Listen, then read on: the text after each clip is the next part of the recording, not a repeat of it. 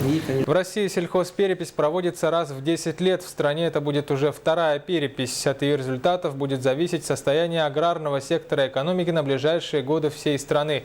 Сколько денег и сколько средств необходимо будет вливать в эту сферу, чтобы на столе у каждого из нас были свои отечественные мясо, рыба, овощи.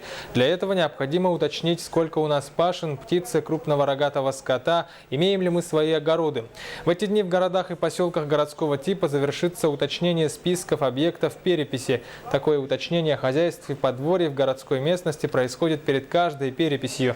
А в селах проверили состояние подхозяйственных книг, где отражена вся информация по каждому подворью.